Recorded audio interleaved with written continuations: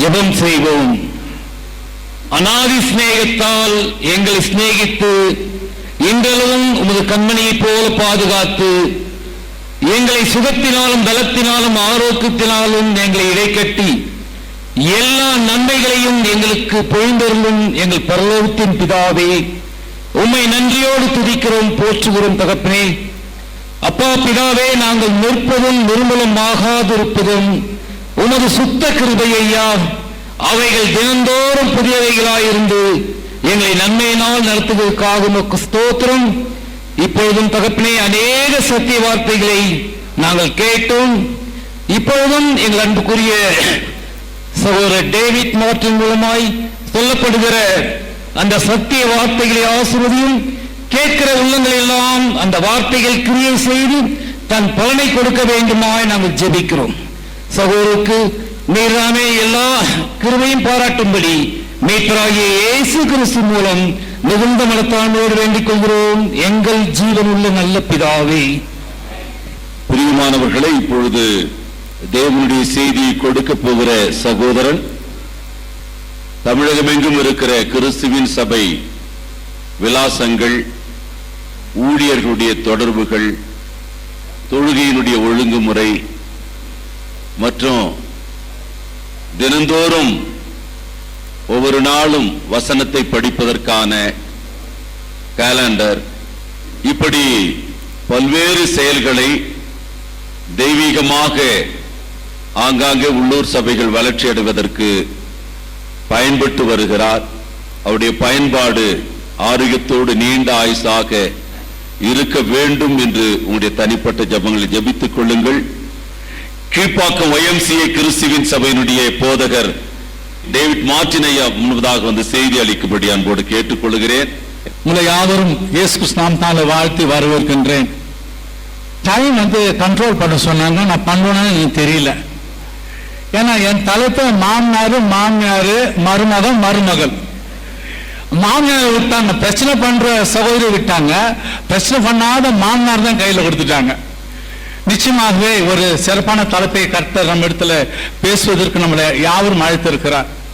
இந்த சூழ்நிலை கிறிஸ்துவின் சபையில் ஒரு பெரிய பிரச்சனை போராட்டமாக தான் இருந்து கொண்டிருக்கிறது. அதற்கு காரணமே நாம் தான், இல்லை நான் தான் என்று சொல்ல வேண்டும். நான் என்னை சீர் செய்து கொள்வேனால் நிச்சயமாகவே பிரச்சனை ஏற்படாது. என்னை நான் சீர் கொள்ளாமல் இருப்பேனால் நிச்சயமாக குடும்பத்தில் பிரச்சனை ஏற்படும். எடுத்து வாசியம் மல்கியான் புஸ்தகம் 2ஆம் அதிகாரம் 15ஆம் வசனம்.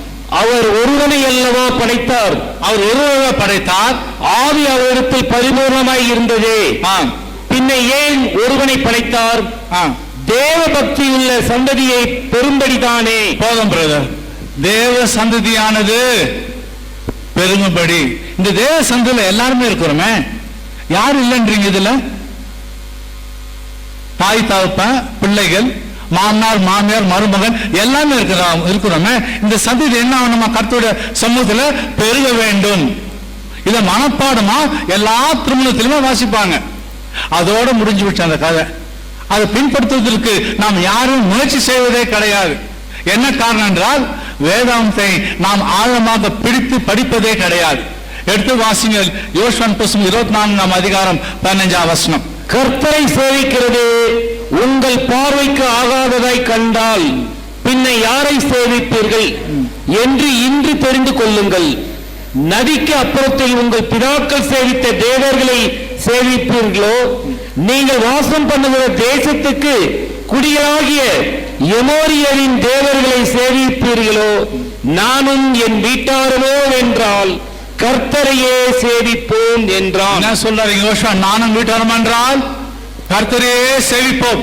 எல்லாருமே மனப்படமாக இருதயத்தில் எழுதப்பட்ட ஒரு வாக்கியமாக நாம் பேசிக் கொண்டிருக்கிறோம். நானும் வீட்டாரம் என்றால் சொல்லும் பொழுது யார் அங்கு கர்த்தர் வைத்திருக்கிறார்? தாய் தகப்பன், மாமனார் மாமியார், மருமகன் மருமகன், பிள்ளைகள் பேர பிள்ளைகள் எல்லாருமே அடங்கி இந்த வாக்கியத்துக்குள்ளாக நாம் செயல்பட்டு கொண்டிருக்கிறோம். ஆனா நடைமுறையில நாம் வாழ்ந்து கொண்டிருக்கிறோம் என்று பார்க்கும்போது நான் பலவீனமாக இருக்கிறேன். நான் பலவீனமாக இருக்கிறேன். என் குடும்பத்தை நடத்துவதற்கு எனக்கு தகுதியே கிடையாது. ஏனென்றால் நான் கர்த்தருக்கு சீராய் கீழ்ப்படியவில்லை. வாசிங்கள் 2 தீமோத்தேயு 3ஆம் அதிகாரம் 14ஆம் வசனம். நீ கற்று நிச்சயித்துக் கொண்டவைகளில் நிலைத்திரு, அவைகளை இந்நாளத்தில் கற்றாய் என்று நீ அறிந்திருக்கிறதும் அல்லாமல் கிறிஸ்து இயேசுவை பற்றும் விசுவாசத்தினாலே உன்னை ரட்சிப்புக்கேற்ற ஞானமுள்ளவனாக்கத்தக்க பரிசுத்த வேத எழுத்துக்களை நீ சிறு வயது முதல் அறிந்தவன் என்றும் உனக்கு தெரியும். பவுல் ரொம்ப அழகா எழுதுறார் திமோத்திக்கு அவருடைய நிருபத்துல. எவ்வளவு நாள் அவர் திமோத்தி வேத வாக்கியங்களை வாசிக்கிறார், படிக்கிறாரு. நம்ம எத்தனை பேர் பிள்ளைங்களுக்கு, சிறு பிள்ளைங்களுக்கு நம்ம வேத வாக்கியங்களை கற்றுக் கொடுக்கிறோம். கர்ப்பம் திறந்த உடனே அப்பா இந்த பிள்ளைய நம்ம இன்ஜினியரிங் படிக்க வைக்கணும், இப்பத்துல இருந்து 500 ரூபாய் போடணும் இல்ல, இப்படிதான் பிளான் நமக்கு. அந்த பிள்ளையை கிறிஸ்துக்குள்ளாக வளர்ப்பதற்கு நாம் பிளான் பண்ணதே கிடையாது. ஒரு இன்ஜினியர் ஆகணும், ஒரு டாக்டர் ஆகணும். ஏன் மோசே போல இருக்க கூடாதா, ஆபிரகாம் போல இருக்க கூடாதா? எப்போ கற்றுக் கொடுக்க சிறு வார்த்தைகளை கற்றுக்கொண்டார் திமோத்தி? சிறு வயது முதல் தான் வேத வாக்கியங்களை கற்றுக்கொண்டு தொட்டுதான். வாசிங்கள் 2 திமோத்தி 1ஆம் அதிகாரம் 5ஆம் வசனம். அந்த விசுவாசம் முந்தி உன் பாட்டியாகிய லேவி சாலுக்குள்ளும். எங்க இருக்குது முதல்ல இந்த விசுவாசம்? லோவி சாலுக்குள்ளும். பாட்டி கிட்ட இருக்கு முதல்ல. பாட்டி சீரா ஒழுங்கா கிறிஸ்துக்கு கீழ்ப்படிந்து தேவனுக்கு பயந்து வாழ்ந்துட்டுதான் அந்த விசுவாசத்துல அவர்கள் வளர்ந்தார்கள். அடுத்து வாசிக்கிறவர், உன் தாயாகிய ஐனிக்கேக்குள்ளும் நிலைத்திருக்கிறது. அடுத்து என்ன வந்துச்சு? அந்த விசுவாசம் மக கிட்ட வந்துச்சு. பாட்டி ஒழுங்கா விசுவாசத்துல கிறிஸ்துக்குள் வளர்ந்ததுனால, பலப்பட்டதுனாலே அதை பார்த்த மகள் அவனமாகவே தன் தாயை போல சிறப்பாக வாழ்வதற்கு தன்னை ஒப்பு கொடுத்தால் கிறிஸ்துக்குள்ளாக. இப்ப யாருக்கு வந்துச்சு அந்த விசுவாசம்? யார்கிட்ட வந்துச்சு? இப்போ பேரண்ட் வந்துச்சு. ஏன் கிறிஸ்துவ சந்ததி இப்படி வர மாட்டேங்குது? வேதாந்த கருத்தை மோனோட்டான கிறிஸ்துவ வாழ்க்கையில இந்த 3 சந்ததியை நாம் தெளிவாக காண்பித்து விட்டார். பிரச்சனை இங்கதான் ஆரம்பிக்குது. முதல்ல மாமனார் மாமியாருக்கு. அதனால்தான் நம்ம அடிப்படையாக நாம் எதை செய்ய வேண்டும் என்று கர்த்தர் இந்த மாலை வேளையிலே நம்மை உணர்த்துகிறார். பாட்டி விசுவாசம் உள்ள ஸ்ரீ, மகள் விசுவாசம் உள்ள ஸ்ரீ. மகன் எப்படி இருக்கிறாரு? விசுவாசம் உள்ள ஒரு மாணவன் வளர்றார். அநேகர் வந்து சொல்லுவாங்க சபையில, பிரதர் என் பிள்ளை கீழ்ப்படிய மாட்டேன்றான். நான் சொன்னா ரொம்ப நல்லது, கீழ்ப்படியா இருக்கிறது நல்லதுன்னு. நான் ரொம்ப கோவம் அவங்களுக்கு. என்னங்க நீங்க நல்லதுன்னு சொல்றீங்க? நீ எப்ப உன் தேவனுக்கு கீழ்ப்படிங்க முதல்ல ஒழுங்கா? திருப்பி கேட்டா பதில் சொல்ல முடியாது. எத்தனை பேர் காலை எழுந்தோடனே ஒரு பாட்டு பாடி, ஒரு சங்கீதம் வாசி, ஒரு ஜெபத்தோட அந்த காலை பொழுது நீங்கள் தொடங்கினீங்க முதலாவது வாழ்க்கையில செய்யலையே. பைபிள் சொல்லி வர மாட்டீங்க, சபைக்கு லேட்டா வரீங்க, உன் பிள்ளை எப்படி வளருவான்? அவன் அப்படிதான் வளருவான் தருதலையா. நான் அவனை கண்டிக்கவே முடியாது. இன்னிலிருந்து நீங்க ஒழுங்கா பைபிள் படிங்க, தேவனுக்கு நேரத்தை கொடுங்க, கண்டிப்பா உன் பிள்ளை உனக்கு கீழ்ப்படிவான். அதான் ரிசல்ட், வேற ஒண்ணுமே கிடையாது. பிள்ளைகளை வளர்ந்த பிறகு குறை சொல்வதற்கு நமக்கு வாய்ப்பே கிடையாது. இங்க நாம் பார்க்கிறோம், பாட்டி மகள் பேரன் எப்படி சீரா வளர்ந்தாங்க பார்க்கணும்னால் அவர்கள் கர்த்தருக்கு பயந்தார்கள். 8 வாசிங்கள் உபாகம் 6:6. இன்று நான் உனக்கு கட்டளையிடுகிற இந்த வார்த்தைகள் உன் இருதயத்தில் இருக்க கடவுது. என்ன சொல்றாரு? இந்த வார்த்தை இருதயத்திலே நிலைக்க கடவுது. Washing brother. கருத்தாய் போதித்து. எப்படி போதிக்கிறார் அவர் அங்க பழைய ஏற்பாட்டு காலத்துல? உன் பிள்ளைகளுக்கு கருத்தாய் போதித்து. நீ உன் வீட்டில் உட்கார்ந்திருக்கும் போது, உட்கார்ந்தும் போதும், வழியில் நடக்கும் போதும், படுத்துக் கொள்ளும் போதும், எழுந்திருக்கிற போதும் அவைகளை குறித்து பேசி. என்ன சொல்றாரு? அவைகளை குறித்து பேசி, நான் வீட்டுல என் பிள்ளை படுத்துனே ரிமோட் கண்ட்ரோல வச்சு நீ இந்த சீரியல் போடுப்பா, இதுவா நம்ம அந்த சேனல் போடுப்பா, இல்ல படுத்துன்னு சொல்றோம். அப்புறம் நின்று சொல்றோம், போயிட்டு இது கடைக்கு வாங்கினாப்பா, சாப்பிட்டே ஸ்நாக்ஸ் சாப்பிட்டே இந்த சீரியல் பார்க்கலாம் இல்ல. ஆனா வேதம் சொல்லுது, உன் பிள்ளைகளை இப்படிதான் வளர்க்க வேண்டும் என்று கர்த்தர் நமக்கு தீர்மானமாக நமக்கு கட்டளையிட்டு இருக்கிறார். உன் பிள்ளைகளை நீ இப்படிதான் வளர்க்க வேண்டும். இப்படி நான் வளர்க்கவில்லை என்றால் நாம் பார்க்க போற என்ன ஆச்சுன்னு சொல்லி வேதாந்தத்துல வாசிங்கள். அப்போஸ்தலர் நடவடிக்கைகள் 16ஆம் அதிகாரம் 1ஆம் வசனம். அதன் பின்பு அவன் பெருபைக்கும் இஸ்ரவேலுக்கும் போனான். அங்கே தீமோத்தேயு எனப்பட்ட ஒரு சீஷன் இருந்தான். திமுத்தின் ஒரு சீஷன் இருந்தான். அவன் தாய் விசுவாசம் உள்ள யூத ஸ்திரீ. அவனுடைய தாய் யாரு? விசுவாசம் உள்ள யூத ஸ்திரீ. பாருங்க, ஆவியானவர் நமக்கு எப்பேற்பட்ட சாட்சி நமக்கு கொடுத்திருக்கிறார். விசுவாசம் உள்ள யூத ஸ்திரீ.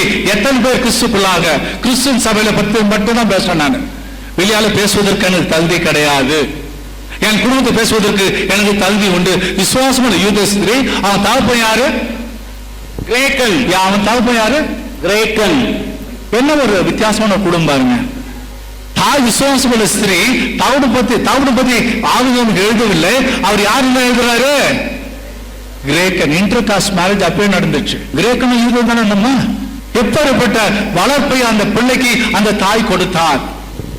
எடுத்து வாசனம் ஆதியாகமம் 22ஆம் அதிகாரம் 6ஆம் வசனம். ஆபிரகாம் தகன பலிக்கு கட்டைகளை எடுத்து தன் குமாரனாகிய ஈசாக்கின் மேல் வைத்து தன் கையிலே நெருப்பையும் கத்தியையும் எடுத்துக்கொண்டான்.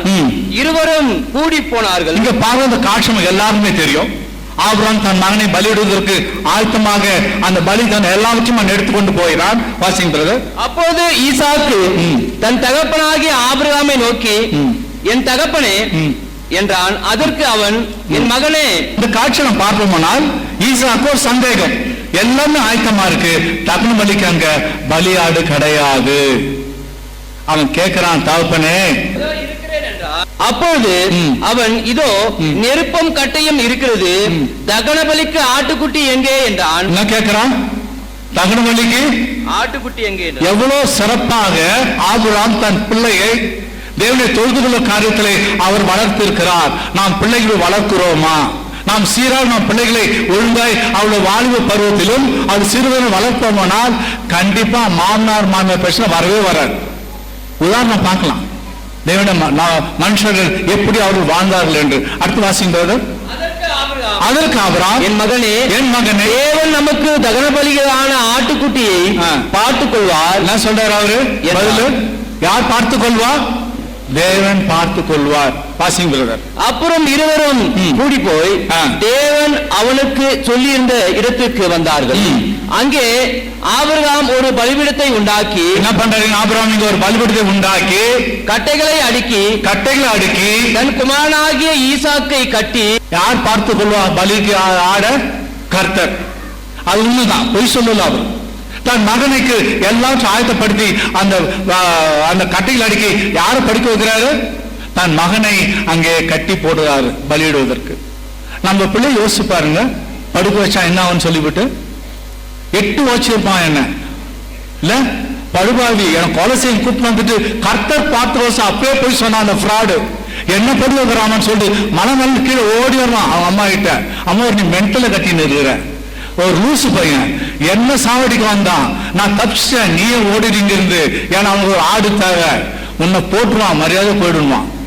இல்ல, இங்க காட்சி வேறு விதமாக கர்த்தர் காண்பிக்கிறார். கீழ்ப்படுதலை தன் தகப்பனுக்கு அவன் எப்படி கீழ்ப்படுகிறான் என்று நாம் பார்க்க வேண்டும். பிள்ளை வளர்ப்பையானால் முதல் வயதில் என்ன செய்திருப்பான்? கரெக்டா சொல்றோம். ஏன் வளர்க்க மாட்டேன்றோம்? கிறிஸ்தன் சபையார் மாதிரி வசனம் பேச ஆள்ல உலகத்துல யாருமே கிடையாது. என்ன அனுபவத்துல பேசுறேன், கரெக்டா பேசும். ஆனா பிராக்டிஸ் பண்ணல, நான் ரொம்ப கேவலமா இருப்பேன். நான் என்னதான் பேசணும், யாரும் பேசல. செயல்படுத்துவதில் நான் கேவலமாக இந்த வார்த்தைக்கு நான் இணங்கி போவதே கிடையாது. அவன் தகப்பன் அவனை படுக்க வைத்தான் பலியிடுவதற்கு. அந்த மகன் அமைதியாக படுத்தான். அவனுக்கு தெரியும் பலியில கத்தி இருக்கும், கத்தி கழுத்துல வச்சா ரத்தம் வரும், எல்லாமே அந்த பிள்ளைக்கு தெரியும். ஏன்னா ஆடு பலி அவன் பார்த்துட்டான். அவன் விசுவாசித்தான். இந்த கீழ்ப்படுதலை நாம் பிள்ளைங்களை நாம் கண்டிப்பா கற்றுக் கொடுக்க வேண்டும். அப்பா மகன் உறவு எடுத்து வாசிங்க. நியாயாதிபதிகள் புஸ்தகம் 11ஆம் அதிகாரம் 30ஆம் வசனம். அப்போது எப்தா கர்த்தருக்கு ஒரு பொருத்தனை பண்ணி, பார்க்கும் எப்தா ஒரு கர்த்தருக்கு ஒரு பொருத்தனை பண்ணி, தேவரீர் அம்மோன் புத்திரரை என் கையில் ஒப்பு கொடுத்தால் நான் அம்மோன் புத்திரத்திலிருந்து சமாதானத்தோட திரும்பி வரும்போது என் வீட்டு வாசற்படியில் இருந்து எனக்கு எதிர்கொண்டு வருவது எதுவோ அது கர்த்தருக்கு உரியதாகும், அதை சர்வாங்க தகன பலியாக செலுத்துவேன் என்றான். இங்க பார்க்கிறோம், எப்தா சொல்றாரு, என் முன்னால் எது வருது முதலாவது நான் அதுக்கு என்ன கொடுப்பேன்? பலியிடுவேன். 36ஆம் வசனம். அப்போது அவள், என் தகப்பனே, நீ கர்த்தரை நோக்கி உம்முடைய வாயை திறந்து பேசினீர் அல்லவா? என்ன சொல்றாங்க அவங்க மக பார்த்துட்டு, நீங்க பேசுவீங்க தகப்பனே. நம்ம பிள்ளை என்ன சொல்லும்? ஏன் அவனுக்கு வேலை வெட்டியில உனக்கு வயசாயிடுச்சு, நீ என்ன பொருத்தம் பண்ணிட்டு என் கட்சி தான் கட்சி தான் கொடுக்கறதுக்கு கேட்குமா? இப்ப இருக்கிற பிள்ளைங்க கண்டிப்பா கேட்கணும். அனாவசியம் பேசணும் தகப்பன. இன்னைக்கு எத்தனை பிள்ளைங்க வந்து தங்களுடைய பெற்றோர்களை அவமதிக்கிறார்கள். ஆனா இந்த பிள்ளை என்ன சொல்லுது பாருங்க, வாசிங் பிரதர். அம்மோன் புத்திரராகிய உம்முடைய சத்துருக்களுக்கு நீதியை சரிக்கட்டும் ஜெயத்தை கர்த்தர் உமக்கு கட்டளையிட்டபடியினால் உம்முடைய வாயிலிருந்து புறப்பட்டபடியே எனக்கு செய்யும் என்றால். எப்பேற்பட்ட பிள்ளையை எப்தா வார்த்திருக்கிறார். அந்த மக ரொம்ப தெளிவா சொல்றாங்க, நீ என்ன வாக்கு கொடுத்தீங்களோ தகப்பனே அதை நீ நிறைவேற்றலாம் என்று ஒரு வாக்குறுதியை தன் தகப்பனு கொடுத்தார். பிள்ளைகள் நான் இப்படி கீழ்ப்படுதா வளர்ப்போமானால் ஏன் மாமனார் மாமியார் மதிக்க மாட்டாங்கன்னு நினைக்கிறீங்க நீங்க? கண்டிப்பா மதிச்சுதான் தீரணும் இல்லையா? தாய் தப்பனுக்கு அவர்கள் கனம் பண்ணுவார்களானால் அவர்கள் அடுத்த வீட்டுக்கு போகும்பொழுது கண்டிப்பாக அவர்களையும் தாய் தப்பனாக அவர்களை நேசிக்க வேண்டும். ரெண்டு குடும்பத்தை கர்த்தர் காண்பித்து விட்டார். எப்தாவை காண்பித்தார், ஆபிரகாமை காண்பித்தார், மூன்றாவது திமோத்தேயை காண்பித்தார். இப்போது நாம் 1 சாமுவேல் 3ஆம் அதிகாரம் 13ஆம் வசனம். கர்த்தர் சாமுவேலை நோக்கி இதோ நான் இஸ்ரவேலில் ஒரு காரியத்தை செய்வேன், அதை கேட்கிற ஒவ்வொருவருடைய 2 காதுகளிலும் தொனித்துக் கொண்டிருக்கும். கர்த்தர் மிக தெளிவாக சாமுவேலிடம் பேசப்படுற வார்த்தை பாருங்க, நமக்கு கொடுக்கிற ஒரு பெரிய கண்டிப்பான ஒரு கட்டளை. வாசிங்க. நான் ஏலியின் குடும்பத்திற்கு விரோதமாக சொன்ன யாவையும் அவன் மேல் அந்நாளிலே நான் வரப்பண்ணுவேன், அதை தொடங்கவும் அதை முடிக்கவும் போகிறேன். என்ன சொல்றாரு இவரு? அந்த குடும்பத்தை நான் தொடங்க போகிறேன், அதை முடிக்க போகிறேன். அவன் குமாரரை தங்கள் மேல் சாபத்தை வரப்பண்ணுகிறதை அவன் அறிந்திருந்தும், பாருங்க ஏலிக்கு பெரிய பிரச்சனை. அவர் பிள்ளைகள் பாவம் செய்வர்கள் அறிந்திருந்தும் என்ன செய்யவில்லை? அவர்களை அடக்காமல் அவர்கள் என்ன செய்யவில்லை? ஏலி அடக்கவில்லை. நான் பிள்ளைங்களை நம்ம அடக்காம போவோமானால் கர்த்தர் பழைய காலத்துல ஏலி குடும்பத்தை அழித்து விட்டார். நாம் பிள்ளைகளை நாம் அடக்கி தான் வளர்க்க வேண்டும். ஏலியை ஒரு பெரிய உதாரணமா கர்த்தர் காண்பிக்கிறார். ஏலி தன் பிள்ளைகளை கர்த்தருடைய சிற்றில வளர்க்கவில்லை, கர்த்தருடைய காரியங்களை அவர்கள் காண்பிக்கவில்லை, கர்த்தருடைய குடும்பத்தை அழிப்பதற்கு முன் சென்றார். இதேதான் தாவீது வாழ்க்கையில கூட. எடுத்து வாசி 1 ராஜாக்கள் பாருங்க. 1 ராஜாக்கள். பிறந்த அதோனியா என்பவன் நான் ராஜா ஆவேன் என்று சொல்லி தன்னைத்தான் உயர்த்தி தனக்கு ரதங்களையும் குதிரை வீரர்களையும் தனக்கு முன் ஓடும் 50 காலாட்களையும் சம்பாதித்தான். இங்கே பாரு, அதோனாய் தாவீதின் மகனாகிய அதோனாய் அவன் ராஜபாரத்தில் அமர வேண்டும் என்று அவன் ஆசைப்பட்டான், அதற்கான செயல்பட்டான். 6ஆம் வசனம் பிரதர். அவனுடைய தகப்பன் நீ இப்படி செய்வானே என்று அவனை ஒரு காலம் கடிந்து கொள்ளவில்லை. என்ன சொல்றாரு இங்க தேவன் தாவீது குறித்து? அவன் ஒரு காலம் தன் பிள்ளையை கடிந்து கொள்ளவில்லை. ஏலி தன் பிள்ளைகளை கடிந்து கொள்ளவில்லை, தாவீது ராஜா தன் பிள்ளைகளை கடிந்து கொள்ளவில்லை. அந்த பிள்ளைகள் சீர்கெட்டு போனார்கள். நம்முடைய பிள்ளைகளை நாம் ஆவரம் தன் பிள்ளை வளர்த்தது போல, எப்தா தன் மகளை வளர்த்தது போல நாம் வளர்ப்போமானால் கண்டிப்பாக நம்முடைய பிள்ளைகள் வளரவே மாட்டார்கள். நாம் வருவோம் இப்பொழுது மாமனார் பிரச்சனை. வாசிங்கள். யாத்ரா மூசம் 18ஆம் அதிகாரம். மோசேயின் மாமனாகிய எத்திரோ மோசேயின் குமாரரோடும் அவன் மனைவியோடு கூட அவன் பாளையம் இறங்கி இருந்த தேவ பருவத்தில் வனாந்தரத்துக்கு வந்து, எத்திரோ என்னும் உம்முடைய மாமனாகிய நானும் உம்முடைய மனைவியும் அவரோடு கூட அவருடைய 2 குமாரரும் உம்மிடத்துக்கு வந்திருக்கிறோம் என்று மோசேக்கு சொல்லி அனுப்பினார். பார்க்கிறோம், ஜெத்ரோ சொல்லி அனுப்புறாரு மோசே கிட்ட, நானும் மகளும் உன் பிள்ளைகளும் என்ன செய்து கொண்டிருக்கிறோம்? வந்திருக்கிறோம். நம்ம வீட்டுல நம்ம அந்த பெண்ணோட அப்பா வர்றாருன்னு அவங்க வீட்டுல சொன்னாங்கன்னா, சம்பந்தி வீட்டுல மகன் சொல்லுவாரு அவன் மனைவி கிட்ட, உங்க அப்பனை வீட்டு வாசு பக்கம் வரவானான்னு சொல்லு. இல்ல கேள்விப்பட்ட உடனே இந்த கணவர் சொல்றாரு தான் மனைவி கிட்ட, உங்க அப்பனுக்கு வீட்டு பக்கம் வரவானான்னு சொல்லு. ஏன்னா அவன் போட்ட டவுரி சரியாவே இல்லை.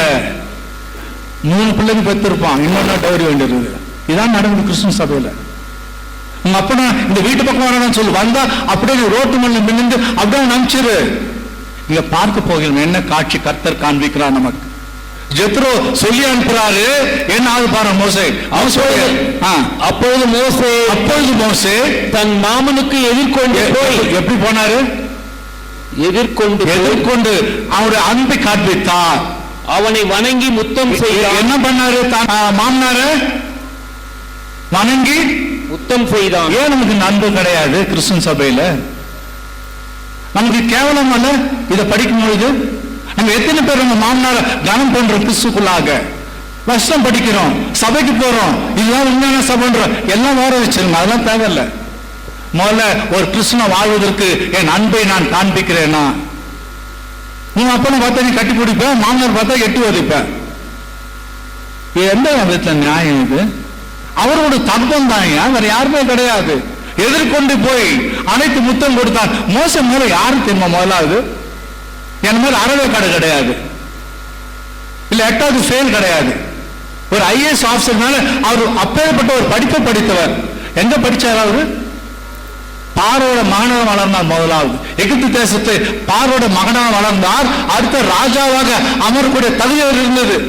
அதையெல்லாம் பொருட்படுத்தாமல் தன்னை தாழ்த்தி தன்னை வெறுமையாக்கி மாமனார் யாரும் கர்த்தர் காண்பிக்கல. ஆனா மோசே யாருன்னு கர்த்தர் காண்பித்தார்.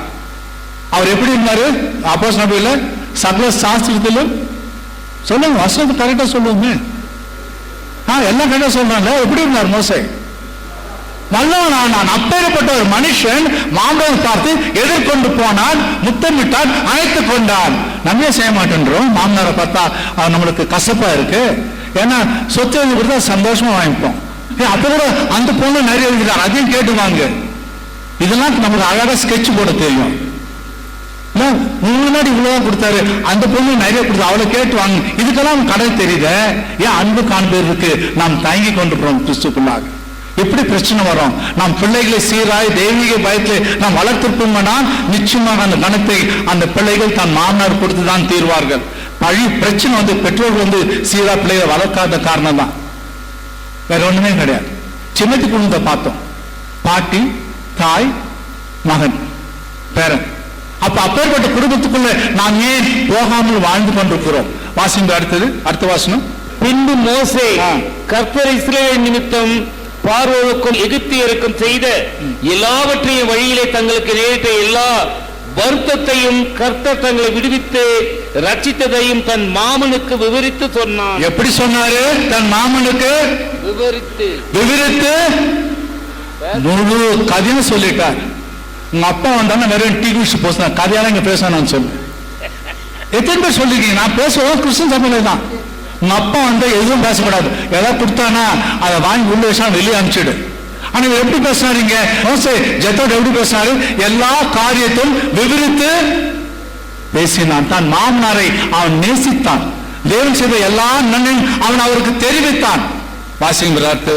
கர்த்தர் இஸ்ரவேலரை எகிப்தியரின் கைக்கு தப்புவித்து அவர்களுக்கு செய்த சகல நன்மையும் குறித்து எத்திரோ சந்தோஷப்பட்டு உங்களை எகிப்தியரின் கைக்கும் பார்வோனின் கைக்கும் தப்புவித்து எகிப்தியருடைய கையின் கீழிருந்த ஜனத்தை விடுவித்த கர்த்தருக்கு ஸ்தோத்திரம். இவனுக்கு தேவனே தெரியாது, ஆனால் மோசே விளக்கின பொழுது ஜெத்ரோ அதை விசுவாசித்து கர்த்தருக்கு ஸ்தோத்திரம் என்ற வார்த்தையை அவன் வாயில அவன் உச்சரிப்பதற்கு கர்த்தர் அவனை விசுவாசிக்க செய்தார். எடுத்து வாசிங்கள் 15ஆம் வசனம். அப்பொழுது மோசே தன் மாமனை நோக்கி தேவனிடத்தில் விசாரிக்கும்படி ஜனங்களை என்னிடத்தில் வருகிறார்கள். அவர் மோசே அவன் நடக்கிற பிரச்சனை சொல்றார் ஜெத்ரோ கிட்ட. ஜனங்கள் என்னிடத்தில் அவர் விசாரிப்பதற்கு என்னை அழைக்கிறார்கள். அவர்களுக்கு யாதொரு காரியம் உண்டானால் என்னிடத்தில் வருகிறார்கள். நான் அவர்களுக்குள்ளே வழக்கை தீர்த்து தேவ கட்டளைகளையும் அவருடைய பிரமாணங்களையும் தெரிவிக்கிறேன் என்றான். அதற்கு மோசேயின் மாமன், நீ செய்கிற காரியம் நல்லதல்ல, நீரும் உன்னோட இருக்கிற ஜனங்களும் தோய்ந்து போவீர்கள். இது உமக்கு மிகவும் பாரமான காரியம், நீர் ஒருவராய் அதை செய்ய உம்மாலே கூடாது. என்ன சொல்றாரு ஜெத்ரோ மோசே கிட்ட? நீ செய்யற காரியம் இனி எத்தனை பேர் நம்ம வீடுல மாமனார் சொன்னா நம்ம ஏற்றுக்கொள்வோம்? இங்க பார்க்கிறோம் ஜெத்ரோ கிளீனா சொல்றாரு, நீ செய்யற காரியம் நல்லதல்ல. எத்தனை பேர் மருமகன்கள் மாமனார் சொன்ன இப்படி கீழ்ப்படிவோம்? உங்களை இருதயத்தை சிந்தித்து பார்க்க சொல்றாரு, நீ செய்து நல்லா இல்ல, ஏன்ட சொன்னா வேலையை பார்த்துன்னு போயா கதை சொல்றீங்க. அப்படிதான் பேசிக்கிறோம், அவமதிக்கிறோம். வாசிங்க பிரதர். இப்போது என் சொல்லை கேளும். என்ன சொல்றாரு? இப்பொழுது என் சொல்லை கேளும். 24 வாசிங்கிறது. இப்போ மோசே தன் மாமன் சொல் கேட்டு அவன் சொன்னபடி எல்லாம் செய்தான். என்ன சொல்றாரு இங்க தேவன் இங்க நமக்கு?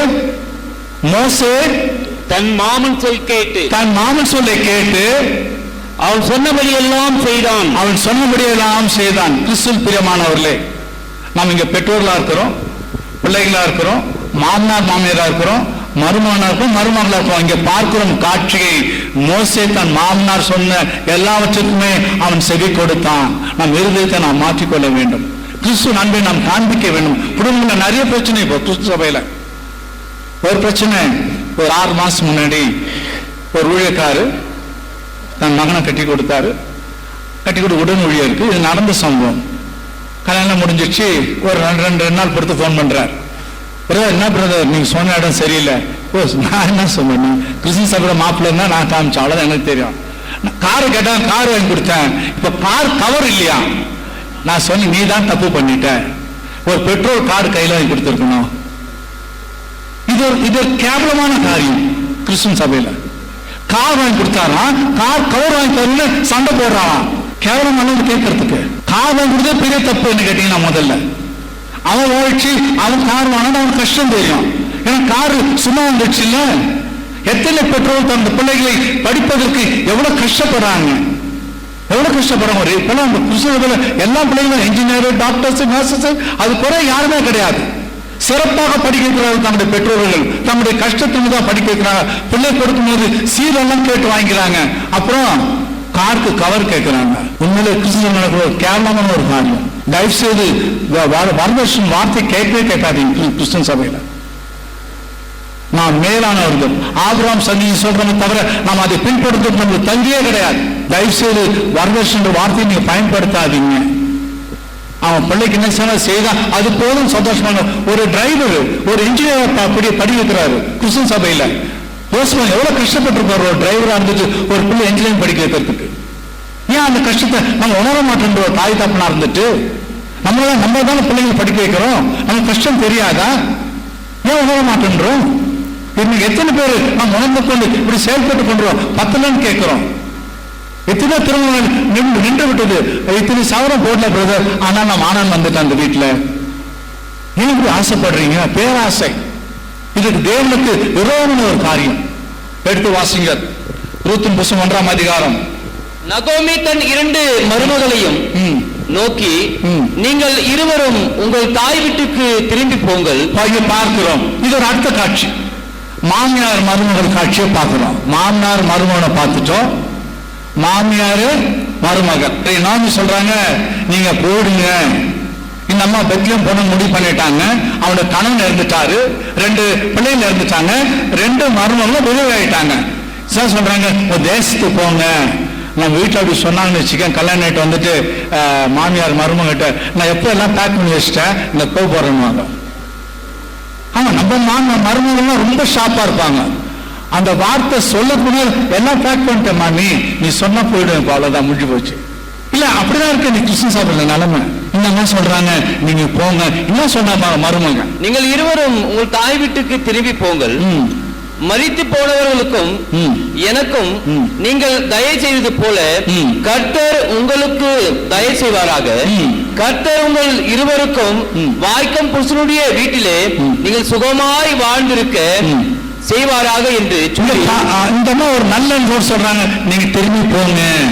என் கணவன் இருந்துட்டா, என் பிள்ளைங்க இருந்தாச்சு, நான் என் தேசத்துக்கு போறேன் போதுன்றாங்க. வாசிங்கிறர்.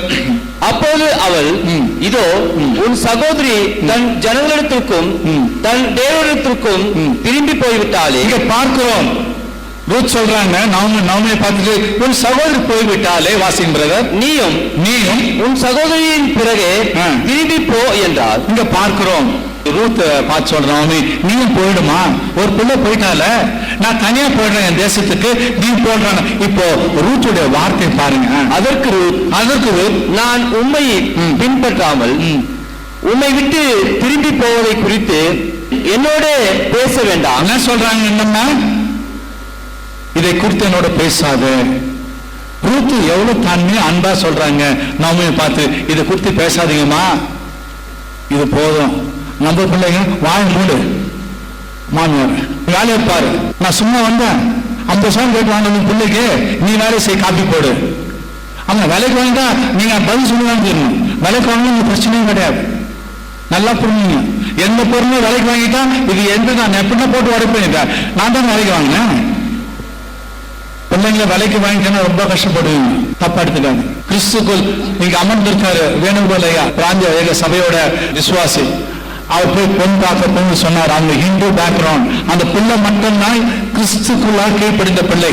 இது எல்லாருமே ஹிந்து மக்கள் தான். அந்த கிராமத்துல காரைக்குடியில அவர் ஒரே வார்த்தை சொன்னார், எனக்கு பெண்ணு மட்டும் போதும், இதுவுமே தேவையில்லை. நான் சந்தோஷப்பட்டேன். தேவனுடைய வார்த்தையில அவர் எவ்வளவு ஆழமாக விசுவாசம் உள்ள ஒரு சகோதரனாக சொன்னார், உங்க பொண்ணு மட்டும் கொடுத்தா போதும், நீ நகையே போட தேவையில்லை, நீ எதுவும் கொடுக்க தேவையில்லை, எனக்கு தேவை என் கிறிஸ்துக்குள்ள ஒரு பெண்ணு மட்டும்தான். இது உண்மை. இங்க இருக்காரு அந்த பிள்ளை இன்ஜினியரிங் படிச்சிருக்கு, ஹிந்து பேக்ரவுண்ட். அவங்க அப்பா டிரைவர். எவ்வளவு கஷ்டப்பட்டு படிக்க வச்சப்ப நினைக்கிறீங்க? ஏன் வந்து உணர மாட்டேன்றோம்? அசுதாங்க அவங்க, உண்மையான அசுதாங்க. எதுவுமே வேணாம், உங்க பொண்ணு நாங்க கல்யாணத்துக்கு பண்ணி கூப்பிடுறோம், நாங்க காடு அடிச்சு தரோன்றாங்க இவங்க. ஏன் இப்படி ஒரு மாற்றத்தை காமிக்க மாட்டோம் கிறிஸ்துக்குள்ள? ரூத்தை தான் காமிச்சாங்க.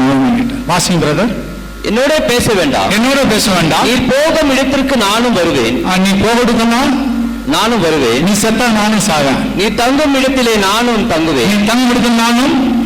உன்னுடைய ஜனம் என்னுடைய ஜனம், உன்னுடைய ஜனம் என்னுடைய ஜனம், உன்னுடைய தேவன் என்னுடைய தேவன். நான் எப்பேற்பட்ட விசுவாசமுள்ள வார்த்தையை ரூத்து நவமிக்கு எடுத்து உரைத்தாள். அதை விசுவாசமுள்ள ஒரு ஸ்திரியாக நாம் பார்க்கிறோம். தன்னுடைய மாமியாருக்கு அவள் கீழ்ப்படிந்தார் முழுமையாக. நாம் ஏன் நம் பிள்ளைகளுக்கு கீழ்ப்படுதலை கற்றுக் கொடுக்காமல் இருக்கிறோம்? எப்தாவுடைய பிள்ளையை அவன் வளர்த்துட்டு கொடுத்தான், அவள் கீழ்ப்படினான் தன் தகப்பனுக்கு. ஆபிரகாம் தன் பிள்ளையை கீழ்ப்படுதலை கற்றுக் கொடுத்தான், ஈசாக்கு அங்கே கீழ்ப்படினான். நாம் பிள்ளைகளை சிறு வயதிலே கீழ்ப்படுதலை கற்றுக் கொடுப்போமானால் அவங்க எங்க போனாலும் சரி அவங்க எல்லாருக்கும் கீழ்ப்படிவார்கள். எடுத்து வாசிங்க 2:2 வாசனம். ரூத் 2:2. மோவாபிய ஸ்திரியான ரூத் என்பவள் நகோமியை பார்த்து, நான் வயல்வெளிக்கு போய் யாருடைய கண்களில் எனக்கு தயை கிடைக்குமோ அவர் பிறகு கதிர்களை பொறுக்கிக் கொண்டு வருகிறேன் என்றாள். அதற்கு இவள், என் மகளே போ என்றாள். இங்க பார்க்கிறோம், வயல்வெளியிலே போய் ரூத் அவருக்கு தேவையான ஆகாரத்தை நான் சேகரித்து கொண்டு வருகிறேன் என்று சொல்லும் பொழுது நவமி போயிட்டு வா என்று சொல்கிறார்கள். வாசிங்க 17ஆம் வசனத்தை. ரூத் 2:17.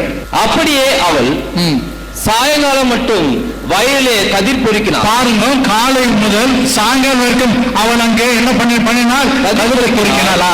பொறுக்கினதை அவள் தட்டி அடித்து தீர்ந்த போது அது ஏறக்குரிய ஒரு மரக்கால் வார்கோதுமை கண்டது. அவள் அதை எடுத்துக்கொண்டு ஊருக்குள் வந்தாள். அவள் பொறுக்கினதை அவளுடைய மாமி பார்த்தால் தான் திருப்தியாய் சாப்பிட்டு என்ன பண்ணாங்க? அந்த எடுத்து வந்த ஆகாரத்தை யார் சாப்பிட்டா? எத்தனை பேரு இப்படி மாமியாருக்கு சேவை செய்கிறோம்? வயல்ல போயிட்டு அவள் கடினமா உழைத்து எல்லாத்தையும் சேகரித்துக் கொண்டு தன் மாமியாருக்கு அதை எடுத்துக்கொண்டு வந்தாள். ஒரு தாயை போல அவள் மாமியாரை அவள் நேசித்தா. கிறிஸ்து பிரியமானவர், மாமியார் யாருமே கிடையாது. தாய் தகப்பன் என்ற நோக்கத்தோடு வளர வேண்டும். எங்களுக்கு லிடியா நாங்க மருமன் சொன்னதே கிடையாது. சாட்சி எங்க வயம்சை சபர் இங்க இருக்கிறாங்க. நாங்க மகன் தான் சொல்லுவோம், எங்க அம்மா அப்பா தான் கூப்பிட்டோம். நாங்க மருமன் யாருமே சொல்லவே மாட்டோம். எங்க மகன் தான். ஒரு காசு டவுரி வாங்கணும் கிறிஸ்துக்குள்ளாங்க, எதுவுமே கேட்டு வாங்கணும். ஆனா எனக்கு தேவை, நான் கேட்டது ஒரு நல்ல கிறிஸ்து, நல்ல பெண்ணை கர்த்தர், ஒரு அருமையான பெண்ணை கிறிஸ்துவ கொடுத்தார். அருமையான பெண்ணை கிறிஸ்துவ கர்த்தர் கொடுத்தார். எந்த குறையும் கிடையாது எங்க கிறிஸ்துக்குள்ள. ஒரே சந்தோஷம் வாழ்க்கையை கர்த்தர் கொடுத்தார். நீங்க என்ன கேட்கணும்னா கர்த்தர் அள்ளி கொடுப்பார். உங்களுக்கு கேட்டீங்கன்னா கிள்ளி தான் கொடுப்பார். பிள்ளைகளை நீங்கள் மகள் என்றுதான் அவர்கள் அழைக்க வேண்டும்.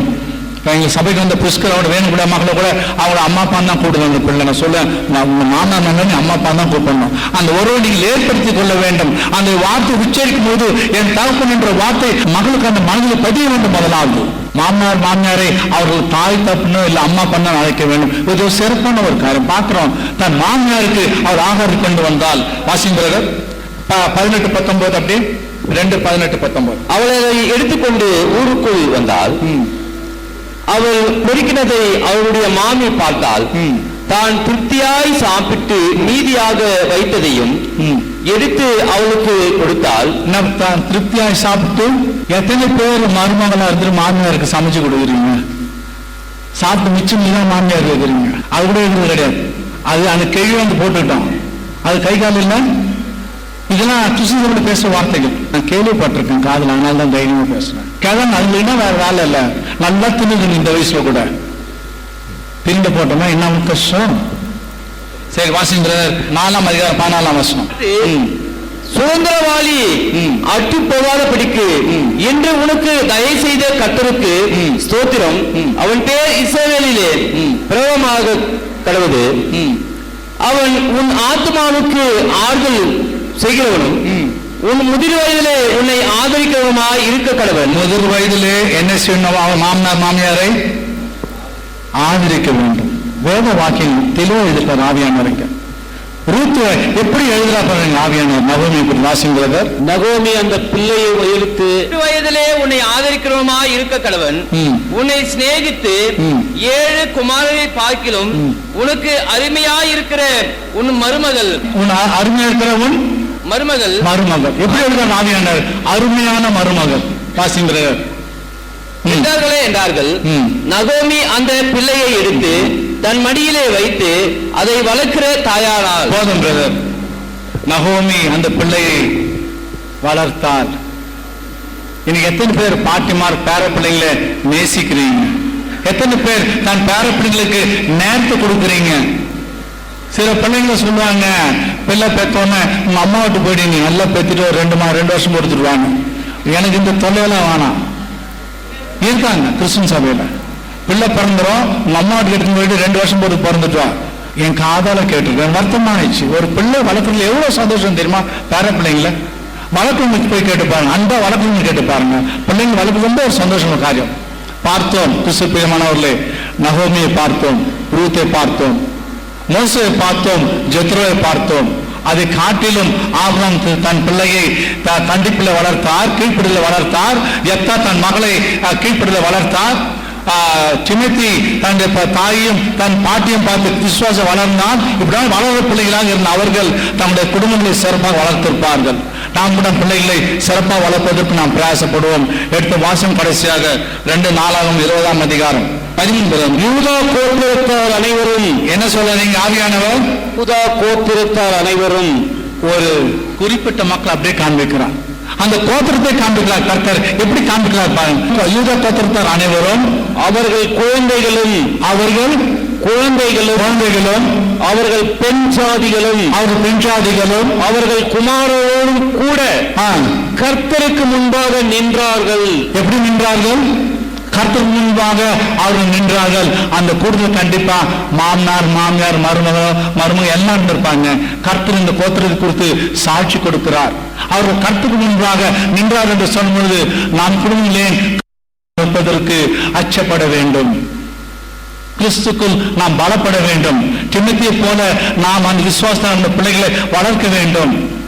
பாட்டி, தாய், பேரன், இந்த 3 சந்ததி கர்த்தர் காண்பித்து விட்டார். நாம் நியாயத்திற்கு நாளே நாம் எதிர்த்து பேச முடியாது. ஆபிரகாமுடைய பிள்ளை வளர்ப்பை காண்பித்தார், எப்தாவை காண்பித்தார், திமோத்தி காண்பித்தார். நாம் கூட நம் பிள்ளைகளை சீராய் வளர்ப்போமானால் நிச்சயமாகவே ஜெத்ரோ மோசே போலவும் நவமி ரூத் போல நம் குடும்பம் செழிக்கும். தேவன் தாமே நம்ம ஆசீர்வாதம் எடுத்தாராக. குடும்பம் என்பது மிகப்பெரிய ஒரு வரப்பிரசாதம். குடும்பத்தை தேவன் உண்டாக்குகிறார். ஒரு குடும்பம் என்பது ஒரு ஆசீர்வாதத்தின் ஊற்றாக இந்த சமூகத்திலே மிகப்பெரிய மாற்றங்களை உருவாக்குகிற களமாக இருக்கிறது. அப்படிப்பட்ட குடும்பங்கள் தெய்வீக குடும்பங்களாக மாறும் பொழுது சந்ததிகளின் தேவன் பிள்ளைகளின் வாழ்வை காணும்படி அருள் செய்கிற தேவன் உங்கள் குடும்பத்தை ஆசீர்வதித்து பெருக செய்வார் என்பதிலே ஐயமில்லை. ஒரு மூத்த சகோதரனாக இந்த ஆலோசனைகளை உங்களுக்கு கொடுத்த அவருக்கு நான் நன்றி சொல்லுகிறேன். இந்த செய்திக்காக ஜெபிக்கும்படி சகோதரர் எழிலரசு அவர்கள் இந்த செய்திக்காக ஜெபிக்கும்படி என்போடு கேட்டுக்கொள்கிறேன். பரிசுத்தமுள்ள பரலோகத்தின் நல்ல பிதாவே, இந்த பரிசுத்த நாமத்துக்கு ஸ்தோத்திரம். இந்த மாலை வேலைக்காக நாங்கள் நன்றி சொல்லுகிறோம். இந்த 17வது இந்த வேனில் கால முகாமை நடத்தும்படியாய் தேவ ஊழியர்களுக்கு நீர் கொடுத்த பலனுக்காக நன்றி. கூடி வந்திருக்கிறதான ஒவ்வொரு பகுதியினுடைய ஆண்டவரே, திருச்சபை குடும்பத்துக்காக நன்றி சொல்லுகிறோம். இப்பொழுது கூட பேச இருக்கின்ற தாசனை கூட ஆசீர்வதியும். ஆண்டவரே, இந்த 2 நாளாக ஆண்டவரை பேசின சகல ஊழியர்களையும் அவர் குடும்பங்களை ஆசீர்வதியும். உங்களுடைய வார்த்தைகளை கேட்டு ஆசீர்வாதங்களை பெற்றுக் கொள்ள வந்திருக்கிற ஒவ்வொரு குடும்பமும் ஆண்டவரே, இந்த இடத்திலிருந்து போகும்போது ஒரு பெரிய மாற்றம், ஒரு பெரிய ஆசீர்வாதம், ஆண்டவரே, ஒரு பெரிய நம்பிக்கையோடு கடந்து போக கிருபை செய்யும். யாவரையும் பாதுகாத்தலும் வழி நடத்தும். மீட்பர் இயேசுவின் நாமத்தில் ஜெபிக்கிறோம் எங்கள் ஜீவனுள்ள எங்கள் பரலோகத்தின் நல்ல பிதாவே, ஆமென்.